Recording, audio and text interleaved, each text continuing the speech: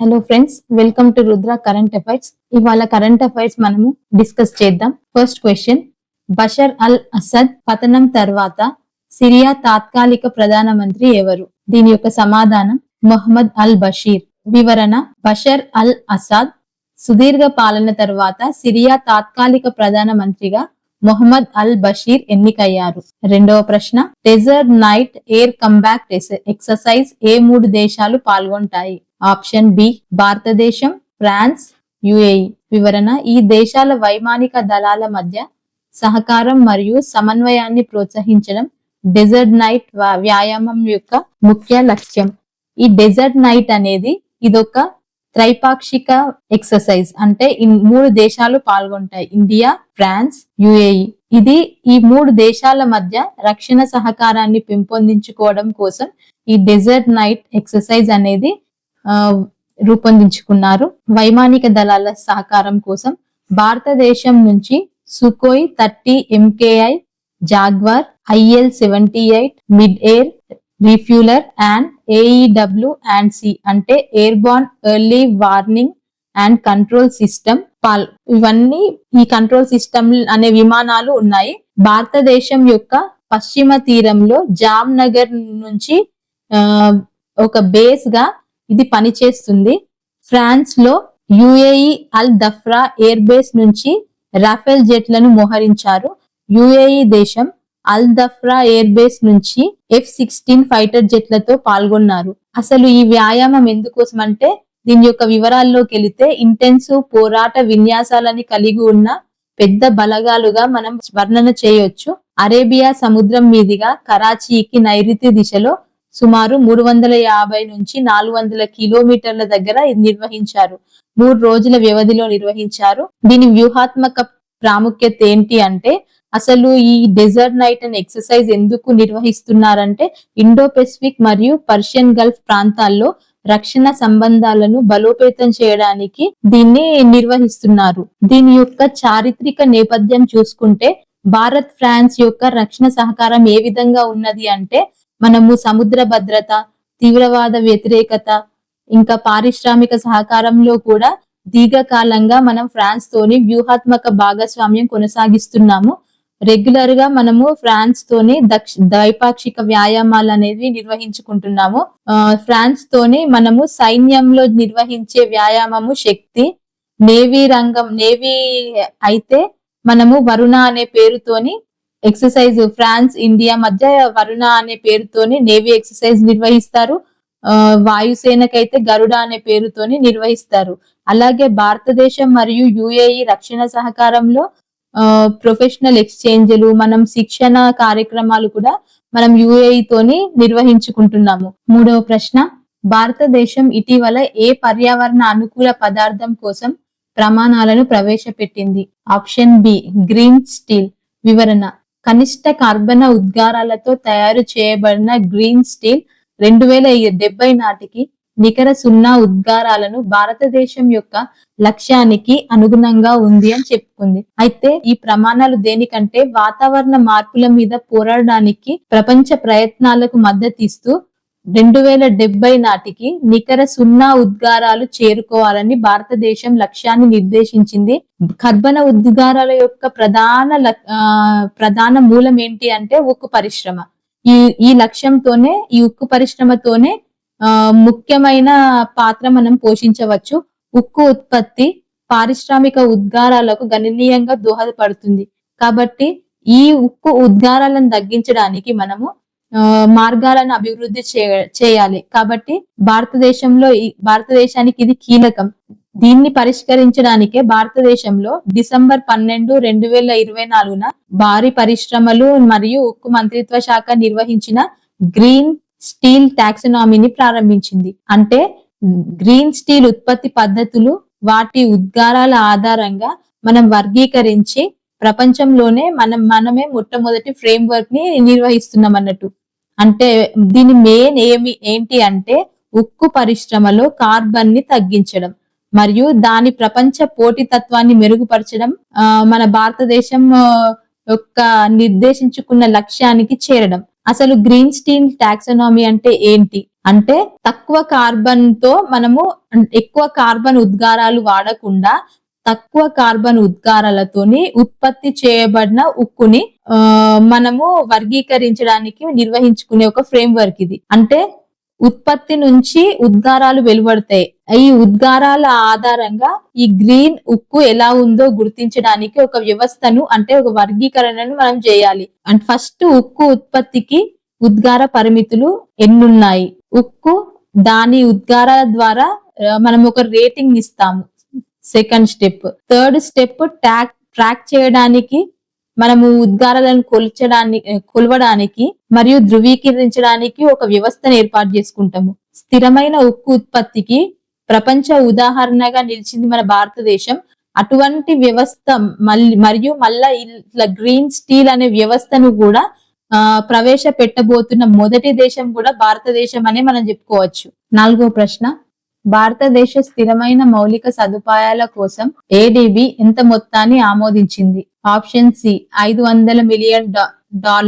వివరణ. భారతదేశం clean energy మరియు స్మార్ట్ అర్బన్ సిస్టమ్స్ వంటి గ్రీన్ ఇన్ఫ్రాస్ట్రక్చర్ ప్రాజెక్టులను ప్రోత్సహించడానికి ఏషియన్ డెవలప్మెంట్ బ్యాంక్ $500 మిలియన్ ఆమోదించింది. 5వ ప్రశ్న. ఇటీవల విజయ్ దివస్ ను ఎప్పుడు జరుపుకున్నారు? సమాధానం డిసెంబర్ 16.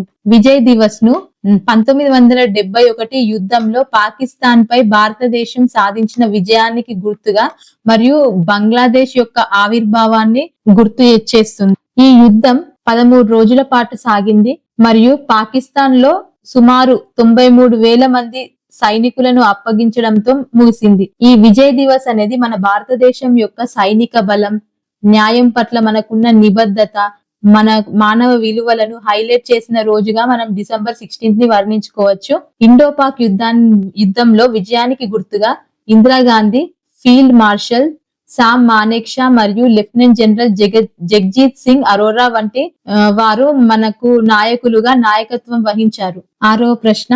మహిళల junior Asia cup 2024 hockey championship ను ఎవరు గెలుచుకున్నారు? సమాధానం భారతదేశం. ఈ చారిత్రాత్మక విజయం సాధించిన దక్షిణ కొరియాను ఓడించి భారత్ మహిళల జూనియర్ ఆసియా కప్ ను గెలుచుకుంది. 7వ ప్రశ్న. CUET 2025 ఏ ప్రధాన సంస్కరణను అమలు చేస్తుంది? సమాధానం సబ్జెక్ట్ ఎంపికను. CUET యూజీలో విద్యార్థులు ఏదైనా సబ్జెక్ట్ ను ఎంచుకోవచ్చు మరియు ఉన్నత విద్యలో ఆ సౌలభ్యాన్ని కూడా ఇది అందిస్తుంది.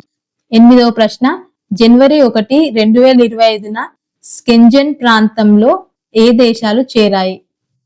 ఆన్సర్ ఏంటంటే బల్గేరియా మరియు రొమేనియా. ఈ బల్గేరియా మరియు రొమేనియా జనవరి 1, 2025 నుంచి పూర్తి స్కెంజన్ సభ్యులుగా మారతాయి. 12 డిసెంబర్ 2024న జరిగిన ఈ యూరోపియన్ యూనియన్ జస్టిస్ మరియు హోమ్ అఫైర్స్ కౌన్సిల్ సమావేశంలో ఈ నిర్ణయం తీసుకున్నారు. స్కెంజన్ ఏరియా అంటే ఏంటంటే ఇది ఐర్లాండ్ మరియు సైప్రస్ మినహా అన్ని యూరోపియన్ యూనియన్ సభ్య దేశాలను కలిగి ఉంటుంది. అంటే వాళ్లకు సరిహద్దు రహిత జోన్ అన్నట్టు. ఇందులో అర్హులైన వ్యక్తులు ఈ దేశాలకు స్వేచ్ఛా సంచారాన్ని అనుమతిస్తుంది అన్నట్టు.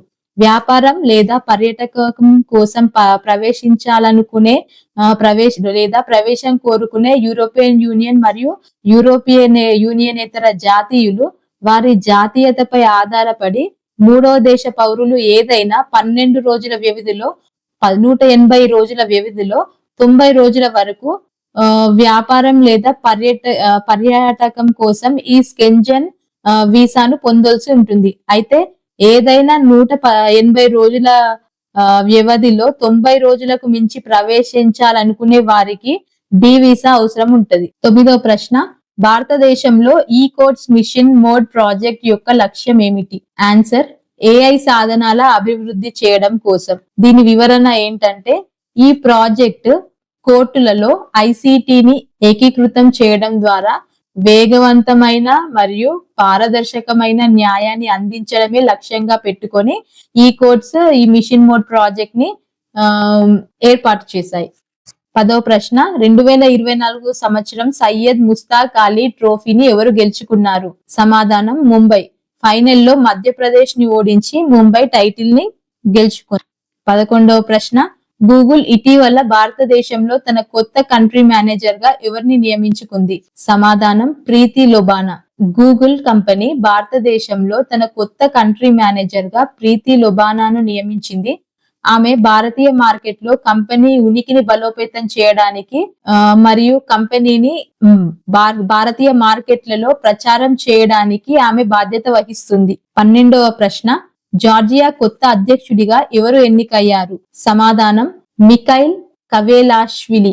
జార్జియా కొత్త అధ్యక్షుడిగా మిఖేల్ కవేలాష్విలి ఎన్నికయ్యారు. ఆయన ఆ దేశ రాజకీయాలలో కీలక పాత్ర పోషించారు. 13వ ప్రశ్న, డెజర్ట్ నైట్ వైమానిక పోరాట వ్యాయామం ఏ దేశాల మధ్య నిర్వహించబడింది? సమాధానం భారతదేశం మరియు ఫ్రాన్స్. భారతదేశం మరియు ఫ్రాన్స్ మధ్య డెజర్ట్ నైట్ వైమానిక పోరాట వ్యాయామం నిర్వహించబడింది. ఇది రెండు దేశాల మధ్య వైమానిక దళాల మధ్య సహకారాన్ని పెంపొందించే లక్ష్యంతోనే రూపొందించారు. 14వ ప్రశ్న, 2024 చివరి నాటికి భారతదేశ ఆర్థిక వ్యవస్థ ఏ వేగంతోని వృద్ధి చెందుతుంది లేదా ఎంత వేగంతోని వృద్ధి చెందింది అంటే భారతదేశ ఆర్థిక వ్యవస్థ 2024 చివరి నాటికి 4 నెలల్లో అత్యంత వేగవంతమైన వృద్ధిని నమోదు చేసింది. ఇది బలమైన వ్యాపార విస్తరణ మరియు ఉద్యోగ సృష్టిని కూడా సూచిస్తుంది. 15వ ప్రశ్న, ఏ దేశం EU సభ్యత్వాన్ని 2028 వరకు వాయిదా వేసింది? సమాధానం జార్జియా. జార్జియా తన యూరోపియన్ యూనియన్ సభ్యత్వాన్ని రాజకీయ కారణాల వల్ల 2028 వరకు వాయిదా వేయాలని నిర్ణయించుకుంది. 16వ ప్రశ్న, భారతదేశంలో భూమి రికార్డులను డిజిటలైజేషన్ చేయడానికి ఏ పథకం ప్రారంభించబడింది? సమాధానం స్వామిత్వ పథకం. స్వామిత్వ పథకం కింద భారతదేశంలో భూమి రికార్డులు డిజిటల్ చేయబడుతున్నాయి. దీని ద్వారా ఆస్తి యజమానులకు వాళ్ళ యొక్క హక్కుల ధృవీకరణ పత్రాలు అందించబడతాయి. 17వ ప్రశ్న, ఇటీవల మరణించిన భారతీయ ఆర్థికవేత్త ఎవరు? సమాధానం బివేక్ దెబ్రాయ్. ప్రధానమంత్రి ఆర్థిక సలహా మండలి చైర్మన్ గా వివేక్ దెబ్రాయ్ ఉన్నాడు. ఆయన ఇటీవల మరణించారు. 18వ ప్రశ్న, CPTPPలో చేరిన మొదటి యూరోపియన్ దేశంగా ఏ దేశం ప్రకటించబడింది? సమాధానం యునైటెడ్ కింగ్డమ్. వివరణ, యునైటెడ్ కింగ్డమ్ CPTPP ట్రాన్స్ పెసిఫిక్ భాగస్వామ్యానికి సమగ్ర మరియు ప్రగతిశీల ఒప్పందంలో చేరిన మొదటి యూరోపియన్ దేశంగా అవతరిస్తున్నట్లు యునైటెడ్ కింగ్డమ్ ప్రకటించింది. గరుడ శక్తి 24 వ్యాయామం ఏ దేశాల మధ్య నిర్వహించబడింది? భారతదేశం మరియు ఇండోనేషియా. గరుడ శక్తి 24 అనేది భారతదేశం మరియు ఇండోనేషియా మధ్య నిర్వహించిన ద్వైపాక్షిక సైనిక వ్యాయామం. ఇది ప్రత్యేక దళాల మధ్య వ్యూహాత్మక కార్యాచరణ మరియు శిక్షణ పెంపొందించుకోవడం కోసం మరియు సైనిక సంబంధాలను బలోపేతం చేసుకోవడమే లక్ష్యంగా ఈ గరుడ శక్తి వ్యాయామం అనేది నిర్వహించబడుతుంది. 20వ ప్రశ్న, 2025 ఆసియా యూత్ గేమ్స్ కు ఆతిథ్యం ఇవ్వడానికి ఇటీవల ఏ భారతీయ నగరం ఎంపిక చేయబడింది? సమాధానం అహ్మదాబాద్. వివరణ, అహ్మదాబాద్ ఆసియా యూత్ గేమ్స్ 2025కి ఆతిథ్యం ఇవ్వడానికి ఎంపిక చేయబడింది. ఇక్కడ అద్భుతమైన క్రీడా సౌకర్యాలు మరియు మౌలిక సదుపాయాలు ఉన్నాయనే కారణంగా ఈ నగరాన్ని ఎంపిక చేయడం జరిగింది. 21వ ప్రశ్న, గ్రీన్ ఎనర్జీ కారిడార్ 2వ దశను ఇటీవల ఏ రాష్ట్రం ప్రారంభించింది? సమాధానం రాజస్థాన్ ప్రారంభించింది. రాజస్థాన్ ప్రభుత్వం పునరుత్పాదక శక్తిని ప్రోత్సహించడానికి గ్రీన్ ఎనర్జీ కారిడార్ 2వ దశను ప్రారంభించింది. 22వ ప్రశ్న, చంద్రుని ఉపరితలంపై నీటి వనరులను వెలికి తీయడానికి ఏ అంతరిక్ష సంస్థ ఇటీవల కొత్త మిషన్ ని ప్రారంభించింది? సమాధానం నాసా. నాసా చంద్రుని ఉపరితలంపై నీటి వనరులను అధ్యయనం చేయడానికి ఒక అధునాతన మిషన్ ను ప్రారంభించింది. 23వ ప్రశ్న, భారతదేశంలో మొట్టమొదటి డయాబెటిస్ బయోబ్యాంక్ ఏ నగరంలో స్థాపించబడింది? సమాధానం చెన్నై. భారతదేశపు మొట్టమొదటి డయాబెటిస్ బయోబ్యాంక్ చెన్నైలో స్థాపించబడింది. ఇది మధుమేహ పరిశోధనలో ముఖ్యమైన పాత్ర పోషిస్తుంది. 24వ ప్రశ్న, INS డైరెక్టర్ ఏ నౌకాదళ డాక్యార్డ్ లో నియమిస్తారు? సమాధానం విశాఖపట్నం. INS డైరెక్టర్ హైడ్రోగ్రాఫిక్ సర్వేలలో సహాయం చేయడానికి విశాఖపట్నంలోని నావల్ డాక్యార్డ్ లో నియమించబడుతుంది. 25వ ప్రశ్న, లాజిస్టిక్ విద్య పరిశోధన మరియు శిక్షణ కోసం భారత నౌకాదళం ఇటీవల ఎవరితో చేతులు కలిపింది? సమాధానం గతిశక్తి విశ్వవిద్యాలయం. భారత నౌకాదళం లాజిస్టిక్ విద్య పరిశోధన శిక్షణ కోసం గతిశక్తి విశ్వవిద్యాలయంతో అవగాహన ఒప్పందాన్ని కుదుర్చుకుంది.